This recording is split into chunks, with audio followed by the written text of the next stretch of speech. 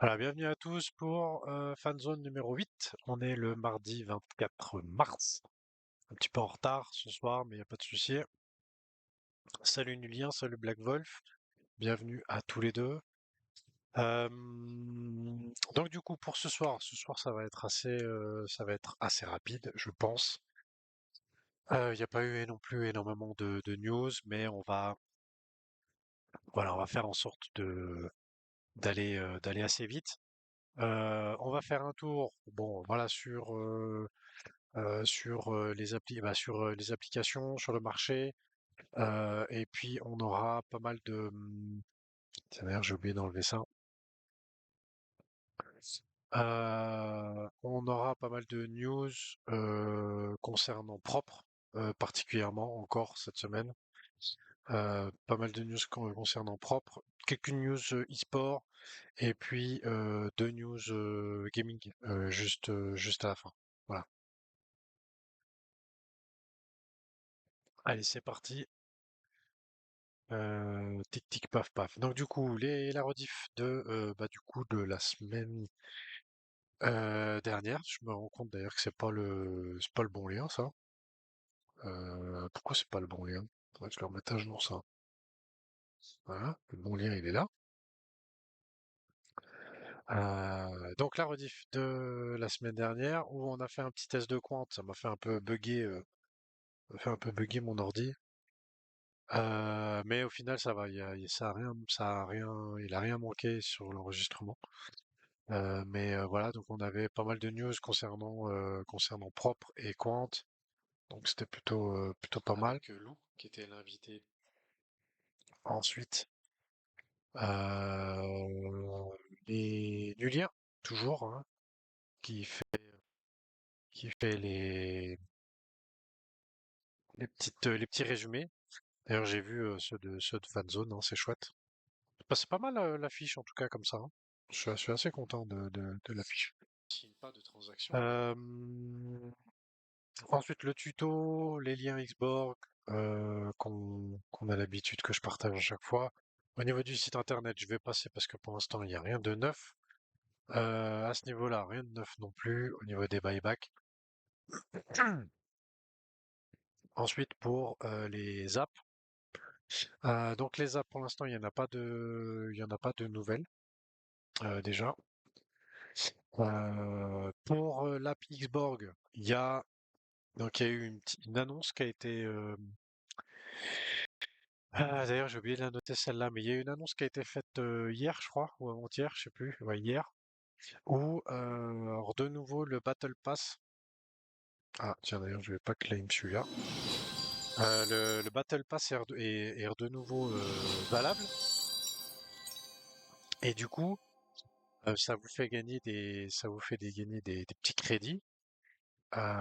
Donc, du coup, avec toutes les quêtes que vous avez fait ces derniers temps, ben, vous pouvez valider les levels, ce qu'on pouvait pas faire jusque-là. Et du coup, aller dans le store pour participer, bah, pour acheter soit ça, soit euh, des tickets pour le Prometheus. Voilà.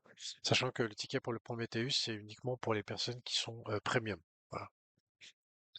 Ensuite, il y a des questions. J'ai vu des questions sur le boost pour la saison 16. Le boost pour la saison 16, donc c'est la prochaine saison qui aura dans quelques jours, je pense, au niveau du pledge. Après, est-ce qu'il y a un lien avec ce qu'on stackait? Je peux pas dire. J'ai pas d'infos là-dessus. Salut Youn, bienvenue à toi. Voilà, donc du coup le Battle Pass. Ensuite, sur Ninja Sin Pyjamas, il y a quelques quêtes de temps en temps nouvelles qui pop. Il y a toujours l'event avec Forest qui est en cours jusqu'au 13 avril, avec des quêtes à faire un petit peu tous les jours. Team Liquid, il n'y a rien de neuf. G2, il n'y a rien de neuf. JDG, il n'y a rien de neuf. G2, il n'y a rien de neuf. Club 9, à part quelques petites quêtes qui pop de temps en temps, il n'y a pas grand-chose de neuf. Après, on sent, maintenant qu'il se passe quelque temps, on sent que c'est une team qui est américaine, hein.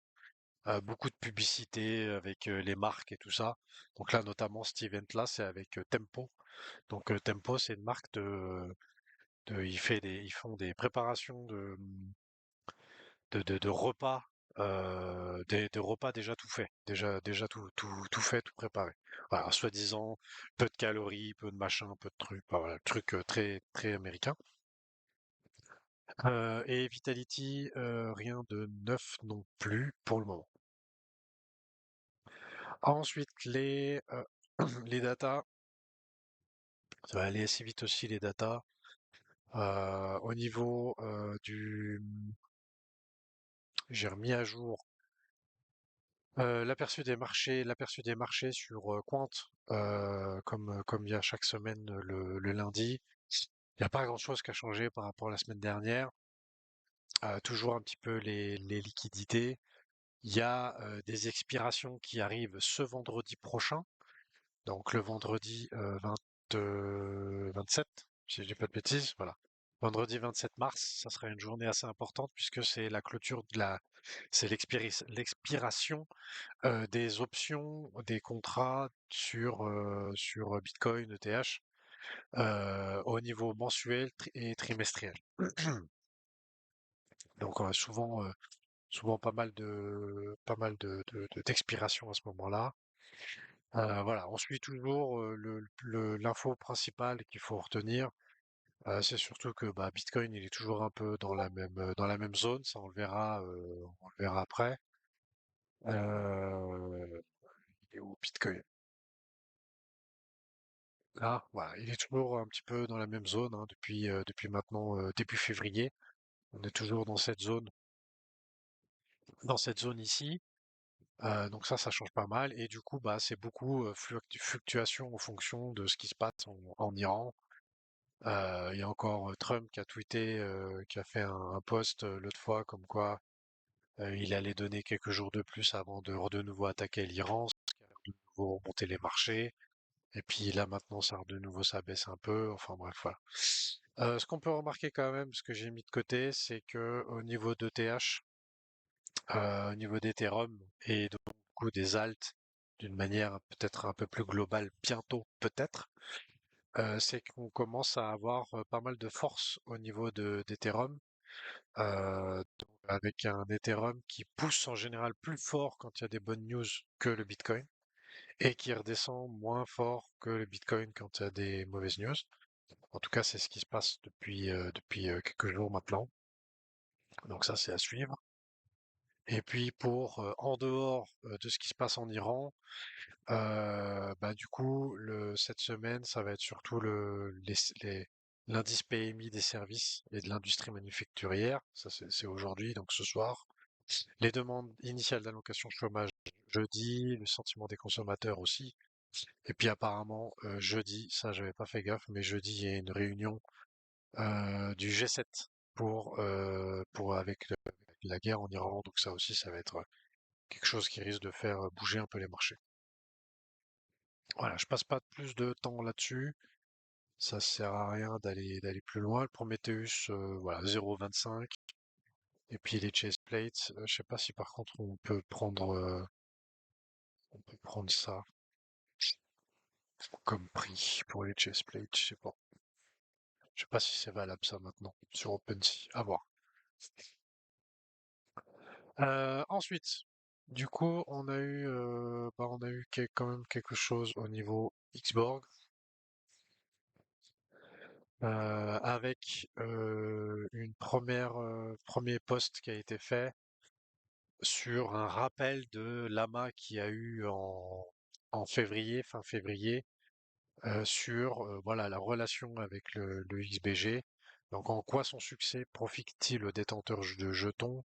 Comment l'essor de l'IA a-t-il influencé le produit? Nous avons répondu à ces questions et bien d'autres lors de notre dernière séance de questions-réponses. Voilà, donc ça c'était fin février. Je pense qu'il y en aura un autre bientôt. Mais voilà, donc petit rappel avec Stamala. Et puis aussi news qui est en lien avec Propre, avec plus de 10% de la supply de XBG qui est bloqué dans le stacking pour propre, dont 7,3% qui sont sur un an. Hein, donc ça fait quand même une bonne partie, ça fait quand même ouais, ça fait ouais, plus de 70% qui sont plus de 70% de ces 10% qui sont bloqués sur un an. Voilà. Ça c'est plutôt pas mal, c'est plutôt un bon chiffre. Donc ça veut dire que la plupart des gens qu'on stacké sur le XBG, bah voilà, c'est des gens qui sont long terme sur le token. Ensuite, donc Launchpad, il y aura bientôt d'ailleurs. Propre. Donc il y a eu quelques news propres. Toujours la possibilité de rejoindre la whitelist. D'ailleurs, en parlant de la seed round, j'ai reçu un mail tout à l'heure, mais j'ai pas vu l'info qui était liée à ce mail-là. Mais j'ai reçu un mail comme quoi ils avaient atteint ils avaient atteint un assez beau chiffre en termes d'intérêt pour la seed round de propre, mais que du coup, ça les intéressait pas forcément de lever autant d'argent. Et du coup, ils ont décidé un petit peu de changer euh, les conditions entre guillemets d'une certaine manière, où en fait donc bah là on le voit ici d'ailleurs, il y aura un premier vault de 300 000 dollars qui sera ouvert le 2 avril à midi UTC. Donc midi UTC, ça fait 1 heure de l'après-midi ici. En premier arrivé, premier servi, de 100 dollars à 15 000 dollars par wallet. Et totalement débloqué à TGE. Et puis une fois que ce vote-là il sera complètement liquidé, et ben du coup il y en aura un autre qui va s'ouvrir après. L'idée c'est d'arriver à faire en sorte de lever 1,5 million au total. Mais apparemment il n'y a pas de volonté à vouloir lever plus d'argent que ça. Je ne sais pas s'il y aura une news par rapport à ça, je le mettrai, mais voilà. Il y a eu alors je veux pas le détailler là ici, mais vous pourrez aller le voir si vous pourrez aller le lire si vous vous intéressez un petit peu plus à au propre. Mais un petit article qui a été écrit avec, on va dire une explication de pourquoi un, un produit, une entreprise comme propre a besoin d'un jeton. Donc toujours, et c'est en gros, je fais un très très gros résumé de ça. Donc de l'article, c'est que en gros, s'il y a toujours cette volonté de la part de Lou, comme avec le XBG, de faire en sorte que le propre devienne plus tard quelque chose de légalement être une appartenance, un droit d'appartenance à l'entreprise. Donc faire en sorte que ce soit le XBG ou le propre puisse être considéré comme au même titre qu'une action en bourse. Voilà. En plus des autres choses qui permettent des utilitaires du jeton comme on le connaît avec le XBG. Ensuite, il y a eu, ça c'est une news qui a été postée hier, avec un concours qui va y avoir, de 1 million de dollars pour, comme challenge. Donc l'idée c'est de s'inscrire sur la waitlist, d'être actif sur le Discord de Propre, de participer pour les prochains événements qu'il va y avoir, de liker, de repost et tout ça. Et en fait, il y aura différents prix qui vont être donnés. Donc 3 fois 100 000 dollars, 5 fois 50 000 dollars, 8 fois 25 000 dollars, 15 fois 10 000 dollars et 20 fois 5 000 dollars. Voilà.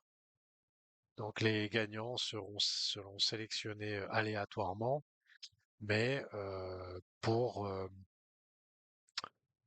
mais en tenant compte de leur activité. Voilà. Donc plutôt voilà, belle grosse annonce. J'imagine que ça va faire venir du monde euh, pour essayer de pour essayer de participer au tirage au sort, être actif et voilà, essayer de gagner un des jolis prix qui sont là. Euh, D'ailleurs, j'aimerais bien, ça serait bien qu'il y ait un petit peu plus de d'informations là-dessus. Je pense que vu les sommes qui ont été annoncées, ça serait bien d'avoir peut-être un peu plus d'infos. Et puis, donc du coup, la vidéo de Propre ce matin, qui est où Lou, voilà, il explique un petit peu, bah, il fait un récap de là où on est Propre. Voilà, je dois avouer que j'étais un peu dubitatif sur la façon dont la vidéo a été faite et un peu entre guillemets un peu la pertinence. Mais bon, voilà, peut-être qu'il sentait le feeling de la faire comme ça. Des petites questions avant que je passe par la suite parce que je voudrais quand même, il y a quand même pas mal de choses concernant Propre. Est-ce que, est-ce que vous avez des questions concernant Propre, les amis? En Alors moi dehors j'ai du... une question. Vas-y. Je me suis ouvert, enfin j'ai ouvert des challenges, j'ai commencé à trader, je suis Mhm. devenu assez addict rapidement. Ouais, J'ai fait normal. un super coup sur le pétrole, sauf que Trump il a tweeté et c'est parti dans le sens inverse. Bah ouais. J'avais pas de stop loss. Donc quand vous êtes comme ça dans le rouge, qu'est-ce que vous faites pour essayer de remonter? Est-ce que je clôt ma position et j'accepte ma lose ou je le laisse ouvert long terme? Euh, Bah, je sais pas si tu vas perdre combien si tu te fais prendre. Aïe aïe aïe. Je vais perdre euh, 6000 balles, je crois. Ben ça fait pas ah si ça fait plus de 5%, ouais. Plus de 5% sur une journée, ouais. Donc t'attends pour le clôturer à en dessous de moins 5000. Et est-ce que je peux, par exemple, si c'est un short, euh, si je rajoute à la position, ça réduit ma perte normalement, non? Non, si tu réduis ta position, bah ça va prendre ta perte sur ce que t'as réduit déjà. Euh, mais c'est tout. Ok. Non, c'est pour dans ce sens-là, ça marche pas très bien. Non, ça va juste réduire ta taille, mais ça va pas. Ouais, faut vraiment que ça aille il faut vraiment que ça aille dans ton bon sens pour que tu puisses rattraper un peu le coup là. Ouais. Ah d'accord, ok. Donc par exemple, si la tendance elle était baissière jusqu'à aujourd'hui, si là je pars sur un long avec assez de capital et que ça va dans la bonne direction, je me refais, c'est ça? Exactement, bien sûr. Mais tu peux pas ouvrir un long et un short sur la même Non, position. non, et puis en plus de ça, comme tu m'as dit que t'es à moins 6000, si tu clores ta position maintenant, ton challenge il sera mort. Moi j'en ai déjà bousillé deux des challenges, hein. Ok. J'ai trop perdu sur une journée. Donc du Ok. coup, voilà. Parce que tu ne dois pas perdre plus de 5% sur un jour, sinon ton challenge il est closed. Donc imaginons que tu as payé 100 balles pour avoir ton challenge.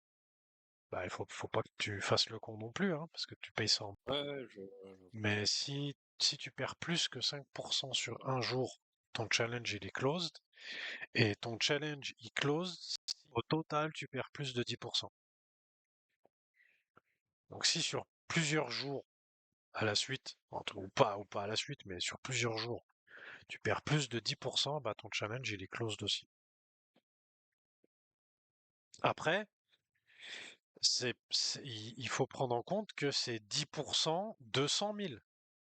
Donc si tu montes à 110 ou 115 000 et puis qu'il y a un jour où tu perds plus de 10%, c'est pas grave, Ok. puisque t'es en positif, d'accord? Donc c'est toujours par rapport à 100 000 qu'il faut prendre la référence.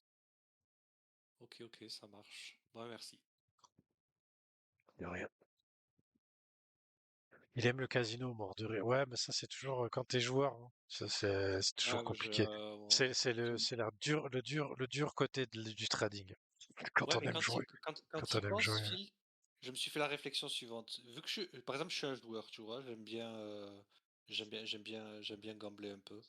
Euh,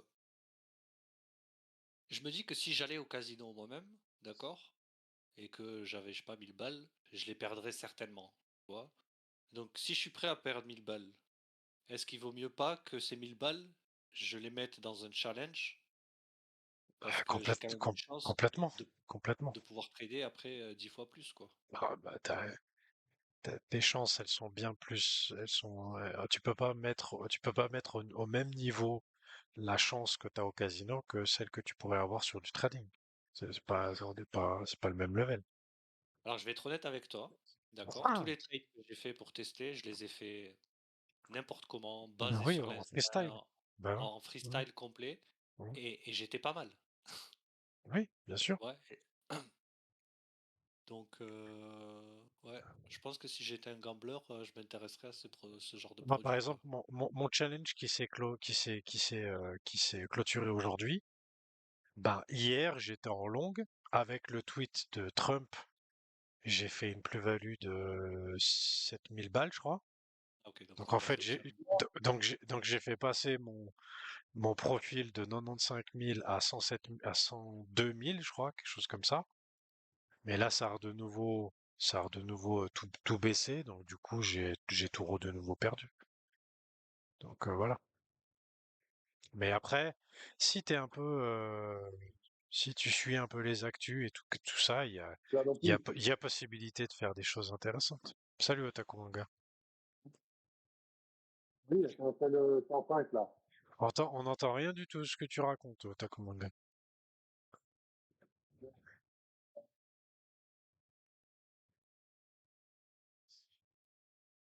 Tu disais, Ota? Vas-y, réessaye.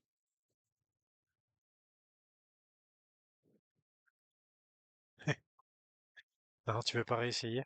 On n'entend pas ce que tu dis, Otaku. Non, t'entends plus Otaku. Bah maintenant, on Et t'entend plus du tout maintenant.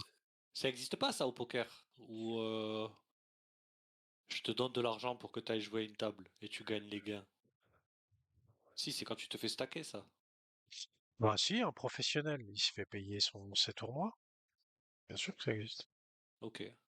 Mais là, celui qui Un, lui file un- les jetons, il a pas de safeguard. C'est-à-dire que le joueur, il peut tout perdre, quoi. Bien sûr. Mais Ok. un pro de poker, quelqu'un qui est payé par PokerStars ou Winamax ou peu importe, chaque fois qu'il va à un tournoi, c'est la marque qui lui paye l'entrée à son tournoi, l'entrée au tournoi. Puis avec les gains réalisés, ben il les partage. Lui, il en a une partie pour lui, mais le reste c'est pour l'entreprise la marque pour laquelle il est sponsorisé, par laquelle il est sponsorisé. Comme pour les joueurs e-sport, hein, d'ailleurs. Les joueurs e-sport, c'est un peu la même chose, hein. Les joueurs e-sport, pour Counter-Strike ou League of Legends ou autre, bah, c'est un peu la même chose. L'équipe e-sport leur paye un salaire plus les hôtels et tout ça, et puis après les gains réalisés pendant les tournois, ben ils reviennent plus à la team e-sport qu'aux joueurs. Parce que les joueurs, quelque part, ils ont déjà pas mal gagné. Ok. Mais après, il y a des très bons joueurs de poker, bah voilà, ils gagnent très bien, hein. Ils gagnent très bien. Surtout qu'il y a encore la publicité derrière et encore plein de choses. Du coup, on passe la suite avec le e-sport. Le e-sport, on aura surtout qu'est-ce qu'on aura ces prochains jours? Là, pour la fin du mois de mars, on a du Counter-Strike en ce moment. On va avoir du Dota aussi pour la fin du mois de, la fin du mois de mars. Et là, en ce moment, on a les Blasts sur CS2. Donc, les Blast Open de Rotterdam, ils sont en cours. Ouais, je sais pas pourquoi je l'ai mis deux fois, mais voilà, qui sont en cours. Et donc, du coup, à partir de vendredi, bah, je mettrai des petits posts sur Discord pour faire les prédictions. D'ailleurs, je pense que ça plaît assez, hein, les prédictions roses. Ce serait peut-être bien qu'on puisse faire quelque chose d'un peu plus organisé avec ça. Si tu veux bien qu'on en discute une fois. Ouais, mais c'est prévu, tu sais que c'est prévu d'être directement dans l'app. Ça Ouais, fait partie des features qui sont en train d'être ouais, mais développées. ouais, mais c'est sympa de l'avoir sur Discord parce que je sais pas si t'as vu, mais à chaque fois ça fait un petit peu des discussions qui Ouais, suivent. Donc ça fait un peu d'activité aussi carrément. en termes d'engagement dans bah, tu vois, les commentaires et tout ça. Bah, je sais pas, je trouve intéressant. Hello tout le monde, désolé, j'ai acheté un nouveau mobile et le micro était activé. Je suis au boulot. Ok, ça marche, pas de souci, Takumanga. Donc du coup, les Blast Open de Rotterdam. Donc c'est Copenhague et Rotterdam. Donc, jusqu'à maintenant, jusqu'à hier, c'était à Copenhague. À partir de vendredi, ce sera à Rotterdam. Et du coup, il y a eu pas mal de surprises, hein, dans les grosses teams. Dans les grosses teams, on a eu Mods qui s'est fait éliminer. On a eu Spirit, l'équipe où il y a donc, qui s'est fait éliminer par The Mongols. Ça, c'était hier. On a Furia aussi qui s'est fait sortir par Falcons. Après, ben, pas trop de, comment dire, de surprise avec Vitality qui est clairement au-dessus du lot, sans problème. Franchement, ça fait plaisir à voir parce ils sont sur une autre planète, hein. Il y a pas une seule team qui leur arrive à la cheville.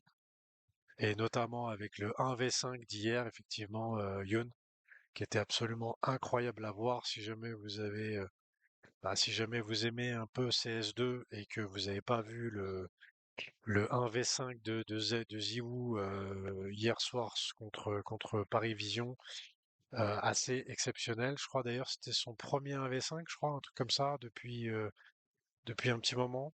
Le premier 1v5 depuis un petit moment pour Ziwoo. Peut-être même le premier de sa carrière, je sais plus. Il me semble que j'ai vu une stat dans le style. Voilà, franchement, la classe. Si vous n'avez pas vu, allez voir. Et donc du coup, vendredi, on aura les quarts de finale avec Aurora Mongols et puis Paris Vision Falcons. Voilà. Donc ça, c'est CS2. Ensuite, on a du Dota 2. Donc pour l'instant, il est là. Je suis pas sur la bonne page. Donc pour l'instant, c'est les phases de groupe. Donc je vais pas trop m'attarder là-dessus. Mais il y aura du coup des trucs bientôt avec ça. Rainbow Six, rien. Valorant, rien. League of Legends.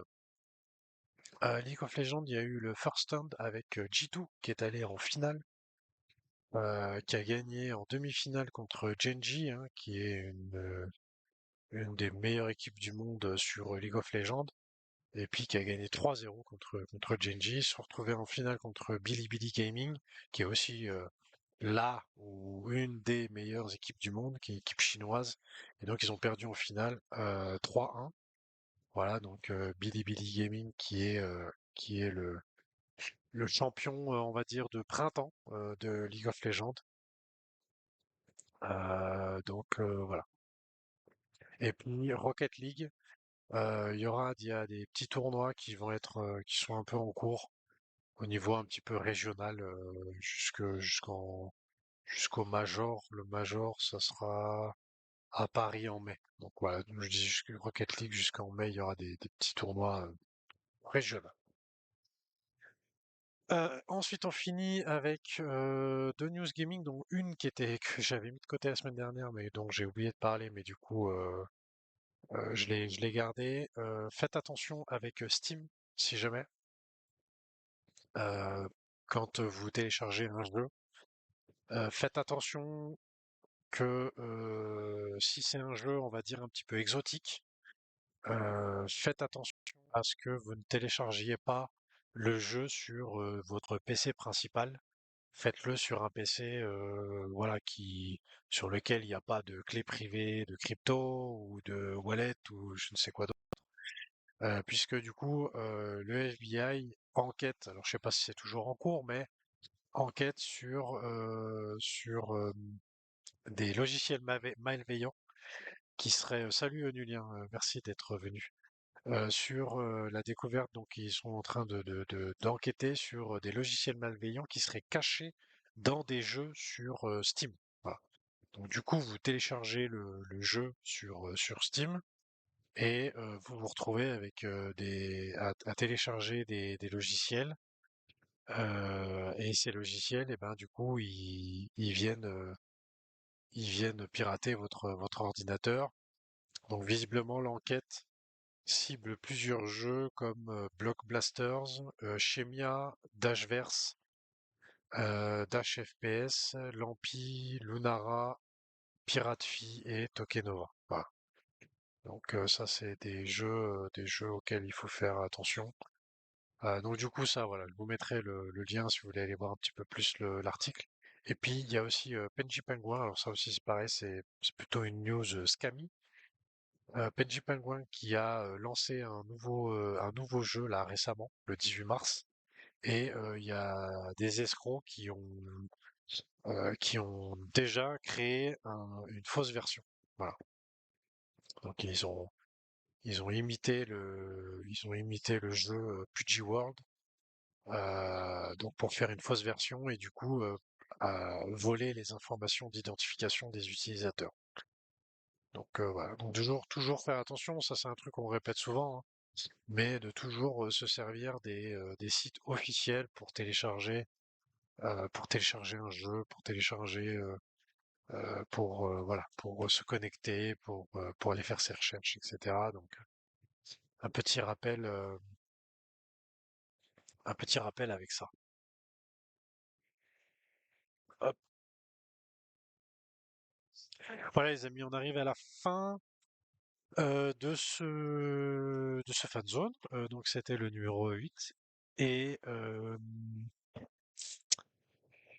la semaine prochaine, c'est possible qu'il n'y ait pas. Je verrai, je sais, parce que j'ai mon petit frère qui arrive, bah, qui devait arriver demain, mais au final il va arriver jeudi. Et puis